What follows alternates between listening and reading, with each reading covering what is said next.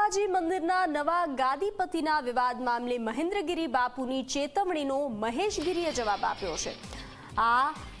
મારી આ લડાઈ હરિગીરી સાથે છે તેવું મહેશગીરી બાપુનું કહેવું છે। ભવનાથ જઈશ તો મુચકુંદ ચા પી અને જઈશ। મહેશગીરી બાપુનું કહેવું છે કે થોડા દિવસ પહેલા જ મહેન્દ્રગીરી બાપુએ ચેતવણી આપી હતી। મહેશગીરી બાપુએ કહ્યું હતું કે ભવનાથ જવું હોય તો મુચકુંદ વચ્ચે આવે છે।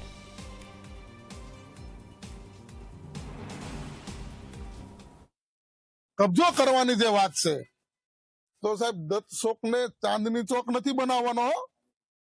આવી કોઈ કાયદાવારની વાત ન કરવી જોઈએ, જે લોકતંત્ર માટે બહુ ખરાબ બાબત છે। એક સાધુએ તો બિલકુલ નહીં કરવી જોઈએ આ પ્રકારની વાત, કબજાની વાત। અને છતાંય કબજો લેવા જાતી વખતે વચ્ચે મુચકુંદ આવે છે એ મગજમાં રાખજો।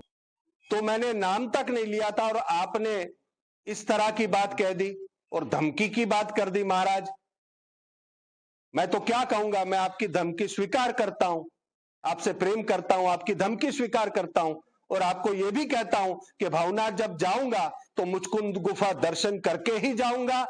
चाय अगर आप पिलाएंगे तो वो भी पी के जाऊंगा, पर अब तो मुचकुंद गुफा से ही जाऊंगा, क्योंकि महाराज थोड़ा सा ऐसा ही साधु हूं, मेरा स्वभाव ऐसा है, क्या करे। तो जूनागढ़ना गरवागढ़ गिरनारना अंबाजी मंदिरना गादी विवादनो मामलो વધુ ગરમાયો છે। ત્યારે આ વિવાદ શાંત પાડવા ધારાસભ્ય સંજય કોરડિયાએ પ્રયાસ શરૂ કર્યો છે। સંજય કોરડિયાએ મહેશગીરી બાપુ સાથે મુલાકાત કરી અને કહ્યું કે આખો વિવાદ પૂરો થાય તેવો અમારો પ્રયાસ છે। તેમણે કહ્યું કે અંબાજી મંદિરના નવા મહંતનો વિવાદ સાધુ સંતોને સાથે જ કહ્યું કે આખા વિવાદમાં સાધુ સંતો જ સુખદ સમાધાન લાવે।